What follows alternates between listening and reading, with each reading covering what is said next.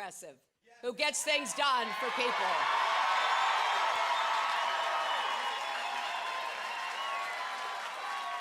I am honored to stand in the long line of American reformers who make up our minds that the status quo is not good enough, that standing still is not an option, and that brings people together to find ways forward that will improve the lives of Americans. Oh, is that what she is and what she does? I didn't know. Welcome back. The panel's still with us, Ford O'Connell and Rick Ungar. And Rick, let me start with you this time around. Proudly announcing that she's a progressive who gets things done. Obviously, she could stand there and declare victory, but this was a huge win for Bernie Sanders from where he came from.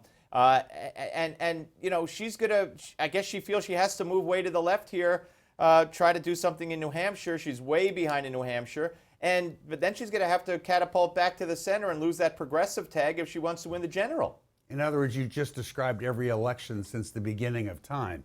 So I don't think that's a huge problem. Look, she does have one very big problem. And because of it, well, she might have more than one, but the one I'm addressing, she's obviously not registering and ringing in with the kids, with the younger people. And she's going to have to start talking to them. And one of the ways you start doing that is by reminding them that, hey, I am a progressive.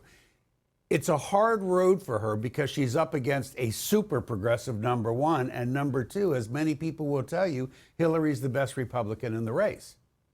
Well, Ford, let me let me ask you this. You know, they do the polls or the other questions of the caucus goers, and when it came to trustworthiness, she got trounced. And when it came to can relate to people like me, she got trounced. And as Rick alluded to, she got trounced with the 18 to 30 crowd as well. And those are the Obama voters in the coalition that Obama had.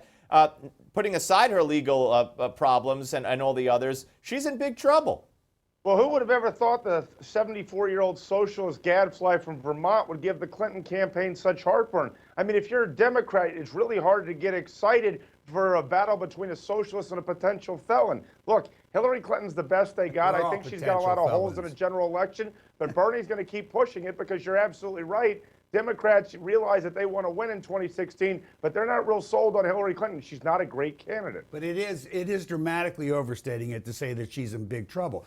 If she ends up having some legal problems, then yes, she's in big trouble. As you look at the likely way this plays out. Not in the Democratic nomination, she's not in big trouble. Well, but as you look at the likely way this plays out, once she gets to South Carolina, unless something really dramatic happens, she pretty much begins to run a lot of the table. So she gets there. Plus, with the superdelegates she has, it's unlikely she loses. Let me say this, Rick. She is very much the Mitt Romney of 2016. You basically have to hold your nose and swallow and pull that lever. I think that's not unfair. I think that's probably what happens. You know, it is amazing to watch two old white people dominate be the only candidates for the Democrats. And you had, of the top four finishers, you had two Hispanics and you had a black man as the top vote getters in Iowa for the Republicans. But don't tell the media that. And both Hispanics, by the way, hated by their own people. Hated by their own people? Yeah, they are. Hispanics hate. Have you looked at their poll numbers? I know the media Spanish doesn't community? think they're real Hispanics, but you're saying Hispanics hate. You're saying Hispanics hate Cruz and Rubio. Yes, look at their polls with the Hispanic community. They are in the complete dumps. And you can thank Jorge Ramos at Univision for that, for sliming everything I'm not saying who's possible. responsible. I'm just saying they are not popular. Minority with that media is doing a hell of a job on the Republicans. It's completely unfair. It's beyond comprehension. Why? Because and most they people all want aren't to getting throw them outside out that of the echo country? chamber.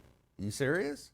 You think Marco Rubio wants to throw immigrants out of the country? What indication do you have on that? Quite the opposite. Well, wait, you think so? You're the one who's always saying that he's going to be in trouble because he tried to work something out with the Gang of Eight. He went exactly the wrong other way now, so you think he wants to get rid of them.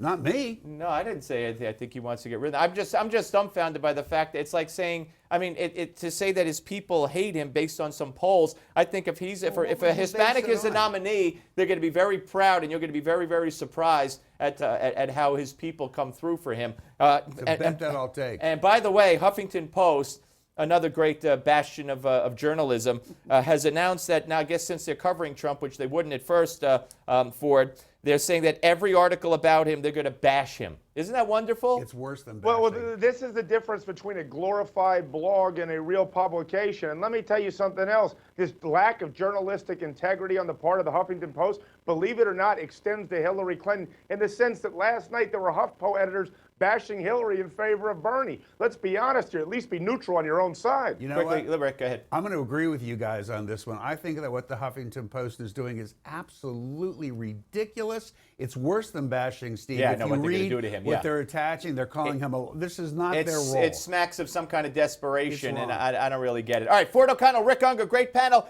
Give Me 5 is next. Speaking of great, don't go away.